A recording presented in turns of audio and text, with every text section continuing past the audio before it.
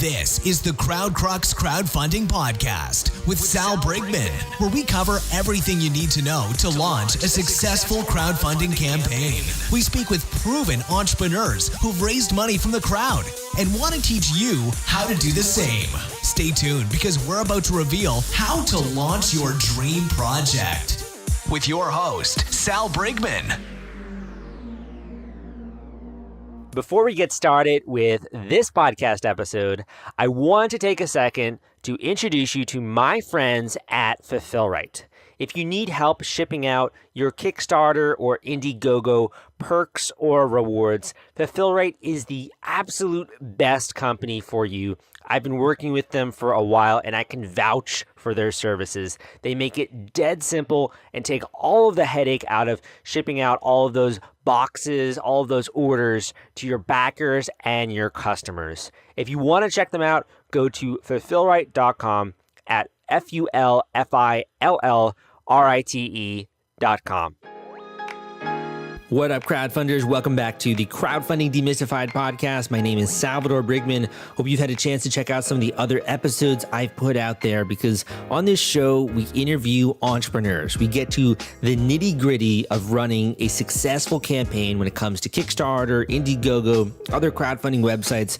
I really want to give you the tools, the advice, and the strategies to go out there and to kill it, to make it so that you not only hit your goal, but you also exceed it, that you have the success that you've been wanting, that you get the funding that you need, that you connect with customers. That's my goal here for you. I think today's episode is a little different from some of the other episodes because we focus more on storytelling. We focus more on the actual stories that this entrepreneur has had leading up to the launch of his first, second, and third campaign on Kickstarter. So he's raised over $1 million on Kickstarter with 3 successful crowdfunding campaigns. So that's awesome. But one of the things that isn't talked about very much when it comes to entrepreneurship are all of the challenges, are all of the problems that you run into when you're doing one of these campaigns. So today, he was very transparent. The guest was extremely transparent when it came to sharing some of those problems that he encountered. Things like fulfillment issues, things like when growing the company, how to figure out how to increase sales, things like going into the campaign, dealing with other issues related to, okay, how do we get the word out? How do we actually assemble a team here, etc. He was very transparent in sharing some of those challenges. So I hope you enjoy some of the stories that came out of this the episode today. And also we have some more other episodes for you to check out. More recently, I've been interviewing people who I think have raised more of a realistic amount of money on Kickstarter. Talking about $30,000, $50,000, $80,000. And the reason is I want to give you access to all of these different success stories so you can, whichever one you identify with, or you can take from one or take from another, and you can sort of compile all these different things that they're saying about crowdfunding. You can sort of line up the different strategies and tactics and tips that they have, and in that way, be more effective with your crowdfunding campaign. I also share every single week my advice and tips and videos and content with you on my weekly newsletter. So this is actually, I'll share things that are different from this podcast. I'll also put together other things, like if I've written a very comprehensive blog post for you, or I put together a premium video for you, a training video, something that goes into some other aspect of crowdfunding, something that's going to be effective for your project. I do this on my weekly newsletter. And if you want to check that out, you can go to crowdcrux.com/subscribe. That is crowdcrux.com/subscribe. And when you go there, you just enter your email address, you join my weekly newsletter, you'll start getting emails from me every single week. And I think that's a good way to get into that preparation mindset. Preparation, it's a difficult thing, man. Preparation was never my cornerstone. Like back in school, if you were assigned an essay that was due in a month, I would get it done like 2 days beforehand. I was not the one to prepare very well and to go like step by step through, okay, I'm going to do this part of the essay, then this part of the essay, then. So preparation has never been my forte necessarily, but as I've gotten older, I've gotten better at organization. I've worked on these different areas. I'm still not perfect, but I think that preparation, from what I've seen, is one of the biggest things that you can do leading into these projects, because just as you're about to hear with today's episode, there are a lot of problems you can run into, and by being prepared, you can sort of steer clear from some of those pitfalls. So I hope you enjoyed today's episode. The entrepreneur was great, and it's coming up right after this. Andrew, welcome to the podcast. Excited to have you on. You've run 3 successful campaigns, raised just over $1 million, and you're based in Australia. Welcome to the show. Thanks, Sal. Appreciate it. So I want to get into a little bit of your story here. Launching 3 campaigns, first of all, that's great, because the first project is always the hardest, and even every single one is a lot of work. So I commend you on that, being able to successfully raise money. But I first want to get into your story a little bit. So when it came to your first project, what were you doing beforehand? Did you have a 9-to-5 job? Was this a pre-existing business? What were you doing before your first project? Okay, yes, I was a property developer. I used to do land subdivisions. So absolutely had nothing to do with developing products, marketing products, online sales. I had no experience in, I guess, any of the areas that you probably need to have experience in to do a successful Kickstarter campaign. So in many ways, I was a real noob and didn't really know what I was doing. So yeah, property development. What then caused you to be like, you know what, maybe I want to try something else. Maybe I want to try something completely different, try to make my own product? Okay, well, I guess in property development, in many ways, you are an entrepreneur. You have to find a project, you have to invest in it, you have to, sometimes turn a farm into a development of houses, and you have to take risks along the way. So in many ways, we were entrepreneurs, but specifically in property. So moving from property into creating these products for cyclists, it wasn't such a great leap, other than it's a completely different genre. So taking risks and having a go at things was something that sort of was in our blood, myself and my co-founder. But the reason why we got started was my co-founder was cycling by himself in the hills just outside of Perth, Western Australia, where I come from. And some young guys drove up next to him, rolled down the passenger window, leant outside of the car, and effectively shot him with a elasticated slingshot right in the butt, point blank range. Ouch. Yeah, ouch, big time. And anyway, they sort of laughed at him and just drove away. Now, I've never heard of that happening to anyone before, so it's not like a common thing that happens here in Perth. It's generally a very nice place. But what happened to him, really hurt him. And by the time he'd sort of got off his bike to figure out what had happened, the car had driven away and he couldn't see the number plate of the car. So effectively, this car just got away with assault. So he and I were traveling together a few days after that, and he told me about what happened to him. And he said, I think we should have a camera for the back of a bike, which could effectively catch the people doing stupid things like this, and we could bring them to justice. And, at the time, he was pretty mad. Like, he just got assaulted and these people got away with it. So we wanted to find something that could capture the number plate and we could find out where they live and go around and break their legs, like retribution sort of style. Yeah. Well, I would be too, because that's so cowardly, because no one would actually do that to you if they were there to experience the repercussions. Or that you're not going to do that and piss off another guy.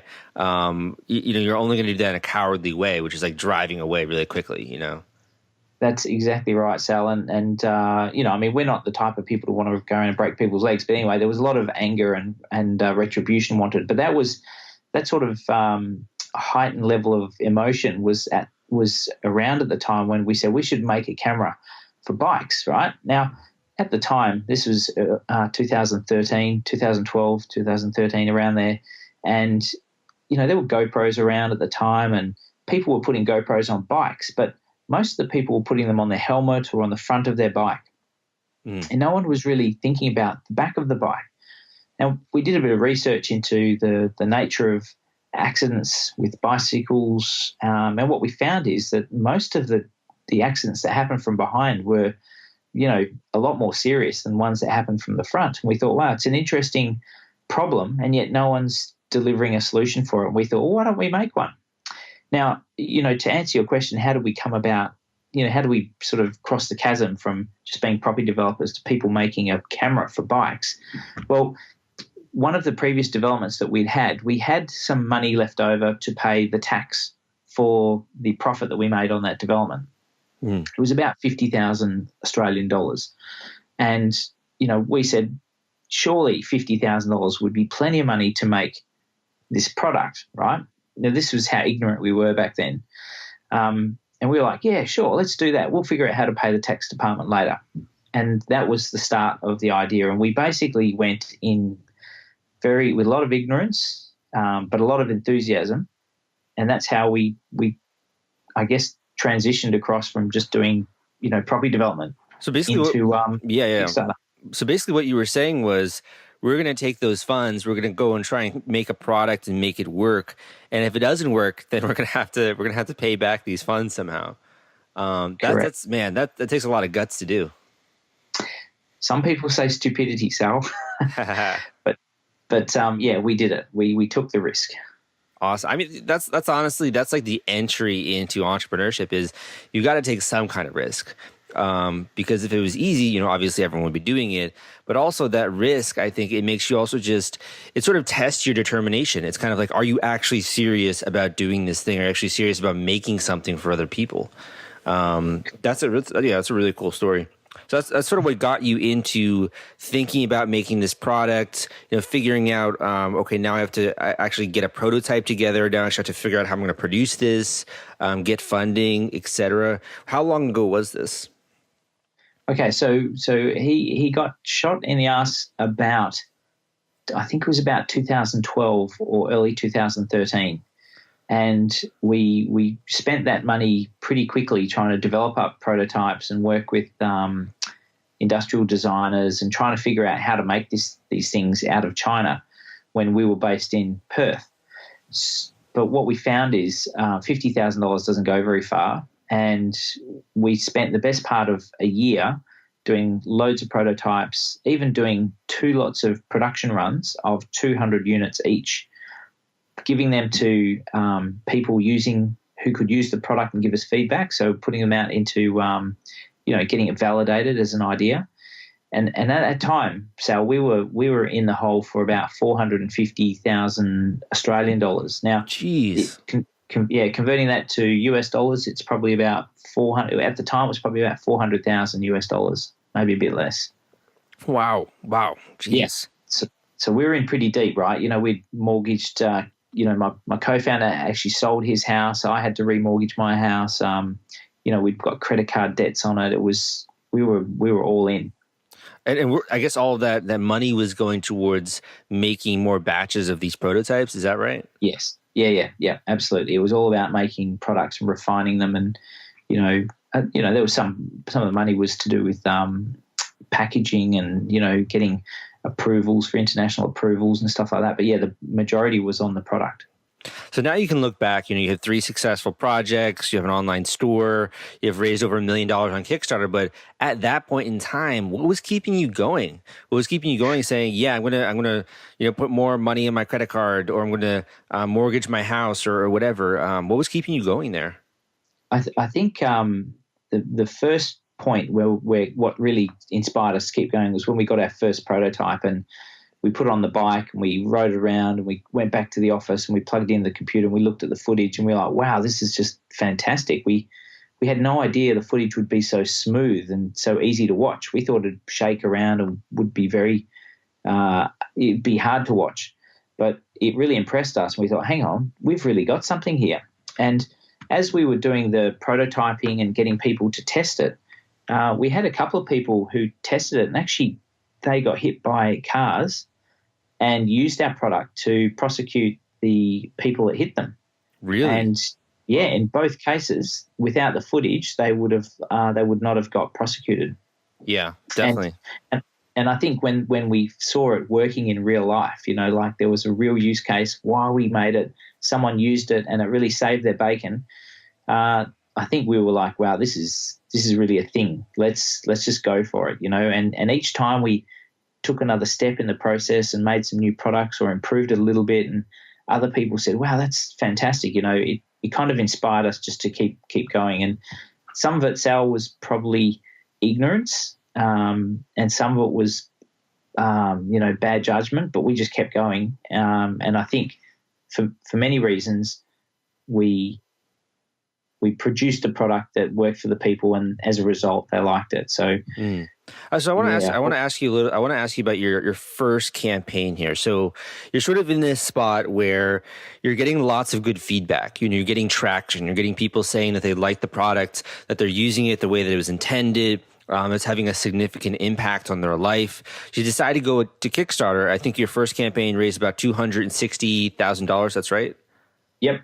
Okay, so you raise that money on Kickstarter. You have massive validation. More than 1,700 backers actually supported your project. So you have all of that validation. People are loving it. But I think one of the difficult things with Kickstarter is it's not like you can just pocket that money. You obviously have to go out there and you have to now produce lots and lots of these rewards for people. So can you tell us a little bit about that process? When you first finished that project, I imagine it was like a amazing success, but at the same time, then it's like you have all this work now ahead of you.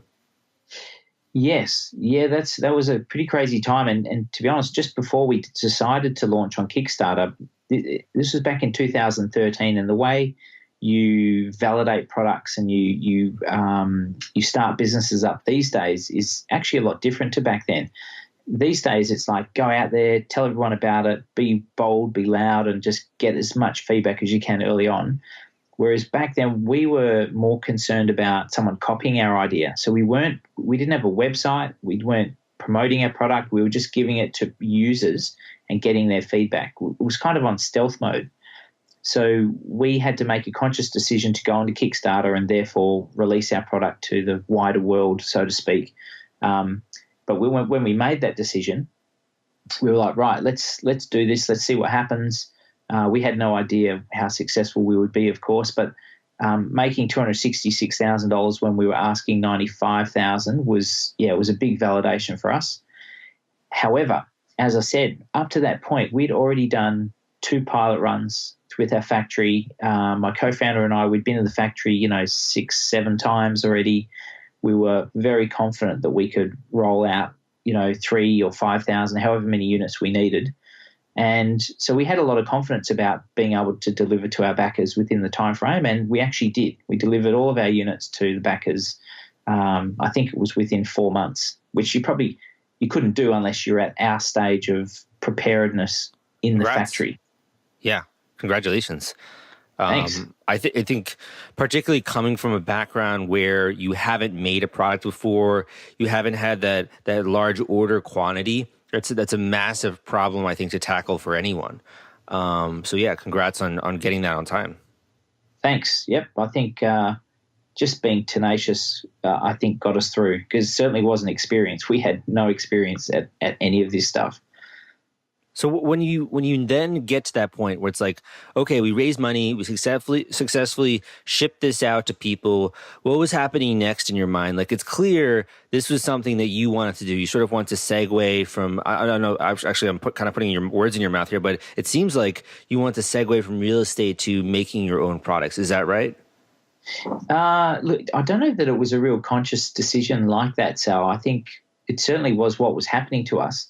But having that success was kind of, it was like a real next step in that process, because we could look back and go, hang on a sec, this is a real business now. Maybe this is what we could do instead of doing property development. I mean, we were still doing some property developments at the same time. Yeah. But we sort of certainly were thinking, oh yeah, this probably is really going to build up bigger than what our property business was at the time. So it was interesting. Yeah, like you sit around and you're thinking, okay, now what are we going to do? Like, we have this good success on our hands. We're going to keep doing the property development. Are we going to go forward with this? Like, I can see, yeah, definitely. Yeah, well, when the Kickstarter campaign ended, we had prepared to launch our website the day after the campaign ended, and we did that. And we had a massive first day of sales. Sal, it was like it was a ridiculous amount of money. It was like $90,000 of sales on the next day as well. Jeez. Yeah. And as it happened, one of the local papers, the Sydney Morning Herald, did a significant piece on the story that related to that person that got hit by a car when he had his camera footage on. And it was an incredible footage. And I'd encourage you to look up a YouTube video called Paul Ludlow Crash, and you'll see quite an incredible bit of footage taken from our camera. So what happened was that article came out on the day after our campaign launch ended, or our Kickstarter campaign ended, and it just flooded our website with sales. So, you can imagine us having a successful Kickstarter campaign, raising $260,000 in 30 days. The very next day, the campaign finished, we sold $90,000 worth of products. My co-founder and I, we thought, okay, yeah, we like this. This could be a pretty good business for us. You can imagine, we were rolling out what that would mean in the long term. And, of course, it didn't continue like that. I think the following day we had 30,000, the next day it was 10, and then it sort of started dribbling back to what you might expect it to be. Yeah, yeah. But it was an incredible sort of foray into the business of selling products online. Yeah. I think it's also one of those things where now you have a lot of campaigns that are transitioning to other things like in demand to continue to Indiegogo's in demand in order to continue to sort of capture that momentum that they've built up. So you had a lot of momentum and then you had that article come out. So it's kind of like it almost blew up again. So I think a lot of projects will try and sort of capture that way now. Yeah, well, I think one of the real crazy things that happened to us, which is a real technical background thing, but I think it's really important for founders to know that if you choose the route we did, which was to sell online on your own shopping cart, like your own website, as opposed to going through Indiegogo and transitioning to another crowdfunding platform, when you make your sales, in theory, you haven't got products to ship people. And what happens is when you use your payment provider like Stripe or PayPal, and for us it was PayPal at the time, we were making sales and we made a lot of sales. And then I think the following day PayPal contacted us and said, oh, we're going to start withholding 50% of your sales. And we were like, why? And they said, well, you haven't shipped anything to anyone. You haven't proven that you're going to because you're a startup. And that obviously looked into us. And they said, so we're going to keep half of the funds just in case you don't pull through, you don't sell to the customers. And that way at least we can start, paying back customers when you guys fail. And we said, yeah, we need that money so we can make the products to give them. Yeah. And they were like, well, we just don't care. So tough love. You just have to deal with that. And that was a really massive problem for us because we had all those sales and PayPal basically escrowed half of them. How did you deal with that? Yeah, how did you deal with that? Well, that's when more credit cards came into to play, and we just had to scramble around to find the money to pay for the production run so that we could ship them. But what was painful for us is that when we did ship the units, and we shipped them all on time, as I said, everyone got them. We went to PayPal and said, hey, now give us that money back that you owe us. It took the best part of 4 months to get the money back from them after we'd provide them with all the information that they wanted, proof of shipping, tracking numbers, photos of the products in the warehouse, photos of the products in the shipping house, confirmation from people that had got it, everything you could imagine that we could provide to prove that we did it still took 4 months of just, that guy's not working here anymore. I'll have to tell me all about your project. And, it was so painful, and we got so angry with PayPal. We sort of thought, never again are we going to do that. And we actually swapped to Stripe after that, just out of pure protest. And had you gone with Stripe originally, do you think you would run into that same problem? How would you have remedied that problem if you could go back in time? Well, I think, Sal, that Stripe probably have a similar process. So maybe the issue would have happened with Stripe or with PayPal. But in hindsight, just go straight to Indiegogo and just roll it across. Okay. So that's kind of like a solution. Yeah, yeah. It's kind of like, I think one of the roles of a business owner, the role of an entrepreneur, the role of running one of these projects is that you have to it's your job basically to tackle every single problem that comes up. And I don't want to, talk about your project. Obviously, you've had amazing success here. Like you've launched 3 successful projects. You have tons of people that are buying and loving your product.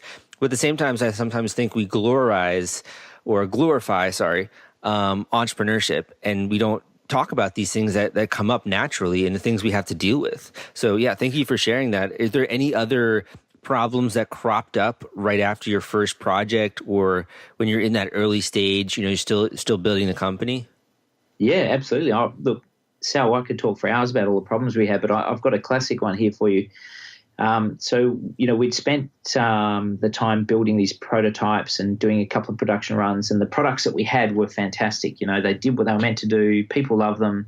They worked well. I was riding around with them. Kingsley was riding around with them. We were all enjoying these products. And we finished the campaign. We were like, right, we're going to get to China and get this next production run underway, the full 3,000 odd units that we were going to make. So we went across to China for the actual rolling off the production line of our first lot from the mass production. And you can imagine proud as punch parents, watching their baby getting born. We had that same feeling of watching these packaged up units just coming off that last part of the production line, and there it is, our finished product that is going to go out into the wild. We were super excited. We opened up the box and we pulled it apart, just to check everything's working, and we go to turn it on and we're like, click, click, click, pushing the button, and it's not turning on. And the factory owner's standing right next to us. And we're going, well, what's happening with that, mate? And he said, oh, give it to me. I'll go fix it up for you. And we're like, oh, okay, sure. All right, fair enough. Next one comes off. Let's check that one. Same thing, pushing the button. It wouldn't work. We're starting to shake our heads going, what's happening? We had 400 units that were absolutely perfect. Every one of them worked perfectly. The next one came off. Same thing happened. Didn't work. And we're just starting to go, oh, my goodness, what's happened? So every time we showed the factory owner, he'd say, oh, give it to me, I'll go get that fixed. And we're going, yeah, but that's not really a good solution. And then we opened up like the fourth one, and then that worked. And we're like, oh, finally, we've got one that worked. But what we did was that day we started checking all of them, and we found that 35% of them didn't work. That's massive. Wow. And, we just made 3,000 or I think it was 2,600 units, and 35% didn't work. And we were devastated. We're going, how can we send these products out to our customers? They'd shoot us if they had half of these things not working. Yeah. And the problem that we faced was that the factory owner said, oh, just don't worry, I'll fix them. Like if one doesn't work, I'll just tell them to send it back and I'll just fix it for them. But that's tons. That's lots of orders. It is a lot of orders, but even if it was just one person, we were like, yeah, but that's not fair for the person. Like they've paid for something to work. Then they don't want to say, oh, it doesn't work, I'll just send it back and be happy. They'd be pretty angry, and they would be an unhappy customer. And Kingsley and I really focused on making sure our customers are happy. And so we ended up hiring a local person to work from our factory for us, but working out of the factory. And she had instructions to test and check every single one to our criteria. And basically she just ran through every one, gave it back, and until it was finished, until we got 100% of our products that we were happy with. Having that quality control, yeah. Yeah, but we shouldn't have had to do that in the first place, but we did to make sure we had good products. But when we realized we had to do that, we also realized we have got the wrong factory here. We can't continue a business where he doesn't care what the customer thinks. I had to interrupt this podcast episode because I want to introduce you to my friends at The Gadget Flow. Their product discovery platform reaches 22 million people per month. They've helped more than 5,000 crowdfunding campaigns thus far, and they have a social media following of more than 700,000 followers. If you want to gain access to their marketplace and list your own product, you can go to thegadgetflow.com/submit and list your project today. Do you think that's across the board, that when you're dealing with electronics, you're dealing with things that are a bit more complicated like this, that it just kind of, you need quality control? Or is it just the factory that you went with, probably you had to change that and get a different one in there? Look, it might be a bit of both, Sal, but certainly in this case, it was the factory. They weren't really set up to do our type of products, and we didn't do much due diligence on them. We were recommended by somebody else to use this factory. So, and again, because of our ignorance when starting this process, we just took someone on face value and said, these guys would be good for you. And we said, oh, great, let's go use them. And we shouldn't have done that. We should have spent a bit more time doing our due diligence and looking into other factories and talking to more customers. That was our mistake there. Yeah. Wow, that's a great mistake to share. I think it's also, when you're kind of going into the Wild West there, you're going into trying to do due diligence on different factories when you don't know a lot about it. And also, obviously, reviews can always be fake to a certain degree. You never really know until you actually have the products in your hand. So it's a really scary time of uncertainty whenever you're getting a new product made by a factory that, you've never had anything made before. Yeah, it certainly was for us. Totally. So I want to talk a little bit about some of the tips, some of the advice that you have for other creators out there. You've had a lot of these experiences like the ones that you've just shared where, this can be a nightmare for people. This can be major problems, major headaches. And I think on this show, we've talked a lot about things like, building up your social network, et cetera, those kinds of basic tips when it comes to a crowdfunding campaign. But having run 3 of them, I'd love to get a little bit more advanced here and maybe get into some of the tips and advice that you have that are sort of off the beaten path or that just aren't very commonly placed out there. Sure. So if you have one at the top of your head, I'd love it if you could share it. Otherwise, I have some more questions for you.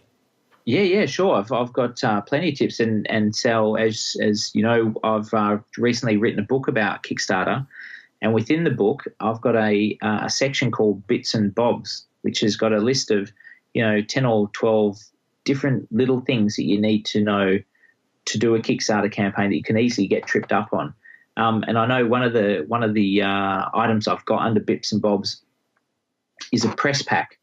Now, for some reason, this seems to get dropped off on a lot of Kickstarter campaigns, but having a press pack is simply capturing all of your collateral, your photos, your videos, your media releases, little blurb about the business in a handy, easy to deliver place so that when the press go, can you give us some information, you can just send it off straight away to them rather than going around collecting it every time, wondering what you've got, what you haven't got. Having a press pack available before you start your Kickstarter campaign is a fantastic little tip to save you a lot of time and headache. Otherwise, you'll be chasing your tail around quite a lot during the campaign. And when you're taking those photos, so for your campaign, did you hire the help of someone? Did you have a friend, or did you do this yourself, getting all of these like high-res photos, which you would include in that pack? In our first campaign, we just basically did most of it ourselves. I had a VA at the time who would do a bit of graphics for us and stuff, but we did most of it ourselves. With our second campaign, we were a bit more seasoned. We'd learned a lot of lessons. And then we got the help of some professionals, and we got that help early. So by the time the Kickstarter campaign was going to go live, we had all of our collateral, had fantastic photos taken in all sorts of conditions, countries. We had our agency that was helping us with our marketing. They were based in Sheffield in the UK. We had a guy that was doing our video editing and script. He was based out of South Carolina in the US, and we, of course, were based in Perth, Western Australia. So we had quite an international team that was all pulling together for the best part of 7 or 8 months leading up to our second campaign. So having a team behind you obviously makes a big difference. And what was this PR team doing for you with your second project? Okay, so actually we had a PR guy that was based in Napa Valley as well, so that sort of, made it even more challenging from time zones and all that stuff. But our PR guy, his role was to make sure when we launched the campaign that most of the media that relates to cycling was aware that we were going to do a campaign, that we're going to post about the campaign, had our media pack and the information that they required.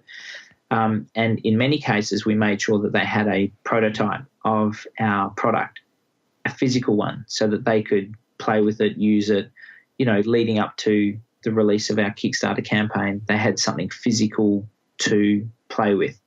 And I think that was one of the keys to our success. Like most of the media that got released about our second campaign was people showing a video that they took of their kids out riding or mountain bike riding or whatever it was. It sort of made it more real for the Kickstarter backers to look at. The Kickstarter backers were reading all these fantastic articles. They were real. They weren't just like a regurgitated media release. Yeah, yeah. And were you also doing things like Instagram, or is it mainly focused on like bloggers and writers and that sort of nature? Definitely focused on the bloggers and writers. I mean, in our industry, there's the best blogger for sports tech, and his name, or the name of his podcast or the name of his blog, is called DC Rainmaker, and he is by far the best sports tech blogger, which is our genre. So we made sure he had prototypes all the way through all of our campaigns, and I'm talking as we build a prototype. I might make 2 or 3 for our office, and then I might make 3 or 4 others, and he'd always get one of them. That way he could go on that journey with us. He could see changes we made, and he could also see when he gave us feedback about something that we would change it in the next version, give it back to him and say, there you go, we've added that feature you said. And he was like, wow, that's being very responsive. And as a result, his reviews on our product were much more meaningful and personal for him as well. Totally. I think having those prototypes, it's very difficult in the early stages to have ones. It's very valuable to send out to these different media outlets, but it's totally necessary. People need to see, touch, feel, get a sense that this is an actual product, because we've had so many scams. We have so many people who say that they're going to make a great product and they end up not. So I think you really need that sort of underlying bedrock of trust, sending out a prototype. When it came to your marketing, you mentioned hiring a marketing company. What were these guys doing for you for your project? Okay, so they spent a lot of time building our website, building the collateral for the campaign page, and making sure they looked very similar, so that you could go to our Kickstarter campaign, you could see the color schemes, particularly on our second campaign.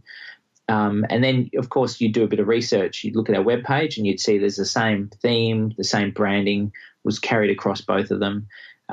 These guys did a lot of our photography for us as well. Mm-hmm.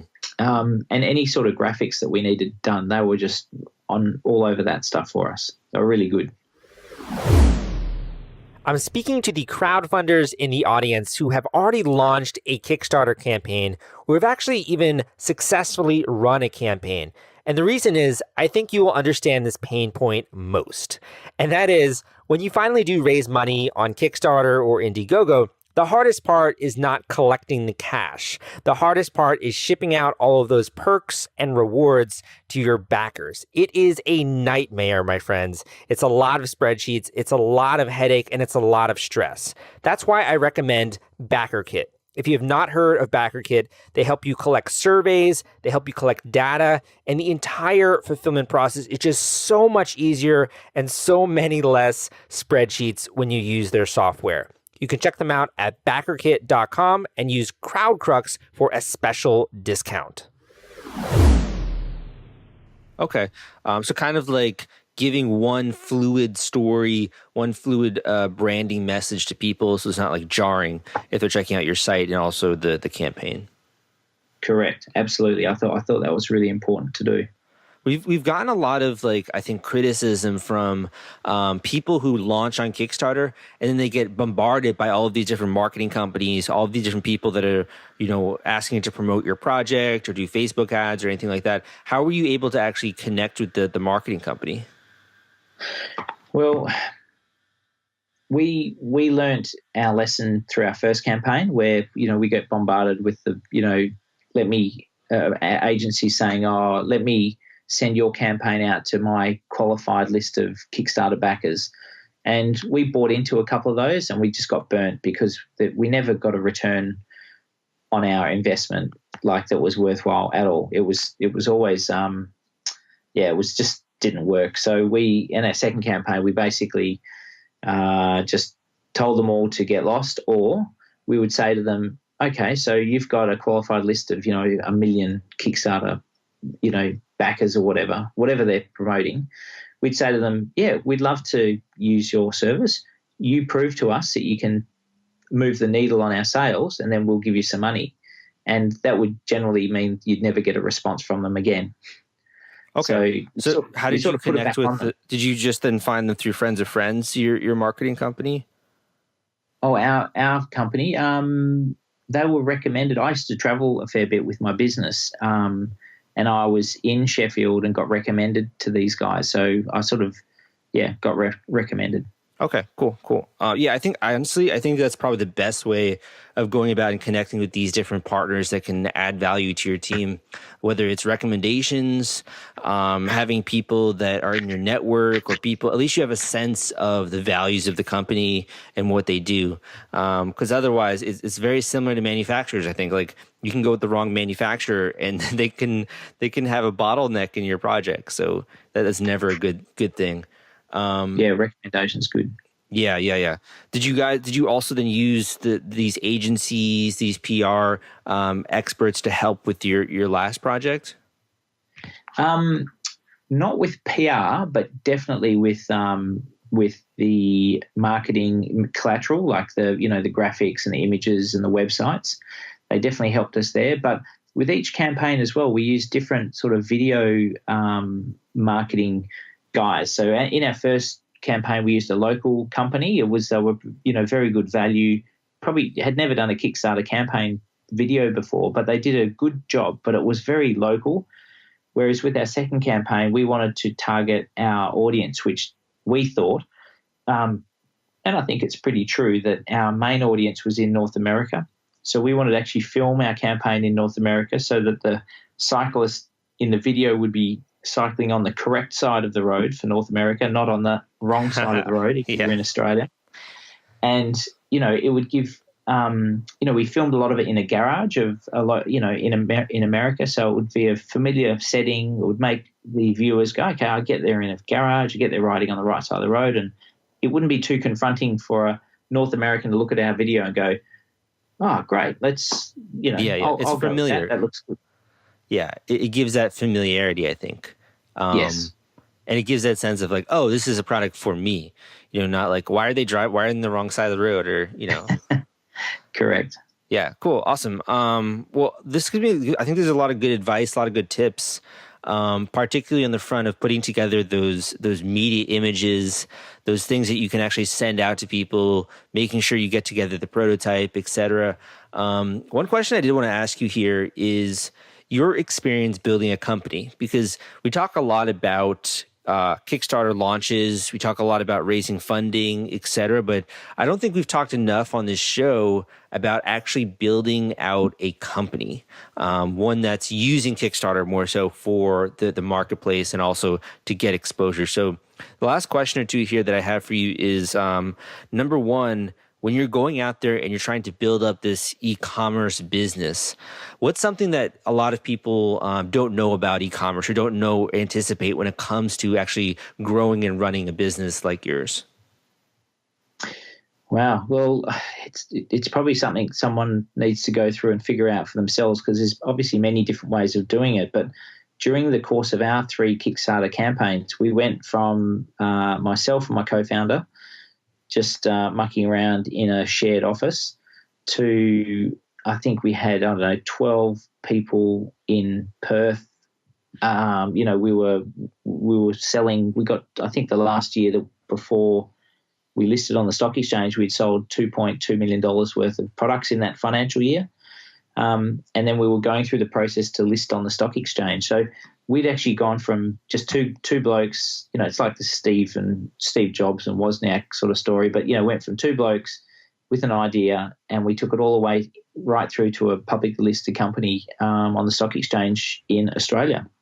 Wow. So we had to, we had to learn everything from hiring people to legals, and firing people and the pain of doing that. Wow. I'm sure anyone who started a business will have all of the same battle scars that I've got, but it is so different than just making a product and selling it online, because we had to oscillate between, we started just directly online, and then we found out we weren't getting a big enough penetration. So then we flipped completely over to selling with distribution partners. So, you lose a lot of margin, but you get a lot more penetration into the market. And then we pull back from distribution into direct selling plus selling on through bike stores. And I think even now, today, 2018, we're sort of moving back into all three different models of selling. So you can buy it direct from a store, you can buy it direct from us, or you can buy it through the distribution channels as well. So it's an interesting journey to figure out what works best for your product. And for you, I guess, we have some people on the show who are very content with just running an online store, sort of using that to supplement their lifestyle, and just sort of keeping it there. But it seems like you diligently want to expand and continue to put out more products and really grow this into more of an organization, a big organization. Is that right? Yeah, absolutely. I mean, even now they've released another 2 models earlier this year. So that's almost like the 4th iteration of our products. And they're becoming they look a lot better. They're a lot smaller. They work better. They look fantastic now, particularly when I look back at what we first produced. And ironically, this morning, Sal, I had a breakfast meeting with someone at a cafe, and there was a guy who parked his bike just next to the rail where I was sitting, and he had one of our original Kickstarter Fly 6 products, which we made. Yes. Yeah, we made it like 5 years ago, and he's still using it today. So I got to have a chat to him and said, where'd you get it? And he actually took my photo. He wanted a photo with me, a selfie. That's with awesome. Me in front of his bike. So it's really exciting to know that you can build products and just give people a bit of joy in the world. It's fantastic. Yeah, that's crazy to me as well, that you can have an idea, you can be thinking about it, you can be, putting all of your funds into it, really just hoping it works. And then one day you can be in someone else's hands, can be living, it could be, helping them in their life. It can be adding value to whatever activity they're doing, whether it's biking or another type of product. So it can go from literally being in your head, an idea, to actually being out there in the world and impacting people and improving people's lives for the better. I tell you, there was nothing more exciting for me than seeing my products on the back of the bikes. But I can tell you, the first time I saw my product on the shelf in a store where I didn't put it in there physically, like the process had worked itself. That is so exciting to see what, as you say, what came from your mind to physically sitting on a shelf there ready for someone to buy it. It's pretty exciting stuff. Cool. So you planning to do another Kickstarter campaign? Where can people go and follow you and learn a bit more about some of the products that you have to offer? Well, I think, Sal, that for me, I've through my experience, I've had a lot of people ask me a bunch of questions, so not as good as the questions you've been asking me today, but a lot of questions about how I did have my success. So I thought I'd write a book about it, much like yourself. You're an author as well on Kickstarter topic. So, yeah, I've written a book called Kickstarter Success, and people can find that book on Kickstarter.com, or they can go to Amazon and do a search for Kickstarter Success, and they'll find my book in paperback and Kindle version. Awesome. Very cool. Well, thank you so much for coming on the show, sharing all those great tips, that great advice, some of these interesting stories. It's kind of funny, I think, looking at the different milestones of your company, and the first one is your friend basically being hit in the ass. and that's really what jump-started all of this. That's hilarious. Yeah, it's pretty funny. Well, thanks for coming on the show. I think it's funny because I didn't get shot in the ass. He did. So it's all right, man. We got to have you back. You're doing another project, or if you have more advice to share with the viewers. Thanks so much for being on. Thanks, Al. Really appreciate it. Thank you for listening to this episode of the Crowdfunding Demystified podcast. Again, my name is Salvador Briggman. Thank you for joining me on today's episode. I hope you've also had a chance to dive into some of the other episodes on this podcast where we interview other entrepreneurs and sort of dissect what they did right. We get into their stories, but we also get into tactics, things that you can do to actually bring funding, to bring traffic, to bring people to your project, to your campaign, and in that way, get that sorely needed funding that you deserve for your project, and also to connect with those people, to connect with those early adopter customers so you can build a business off of this. That's my goal here for you, is to bring you the right education. So in addition to this podcast, if you don't know, I also do a YouTube channel called Crowdfunding Demystified, where you can learn more about some of the other advice and tips that I have for you. I also do a blog, crowdcrux.com. My blog is sort of what launched all of this back in 2012. On that, I regularly share in-depth articles when it comes to crowdfunding. And finally, I would say that the number one way that people stay in contact with me, people have said I'm sort of like their personal virtual mentor in a way, is through my weekly newsletter. Because my weekly newsletter, I've had people say, like, I've been following you for the last 4 years, Sal, like, and now I'm launching a project. And it's crazy to me that there is that relationship. I try to send helpful emails that are going to bring you value.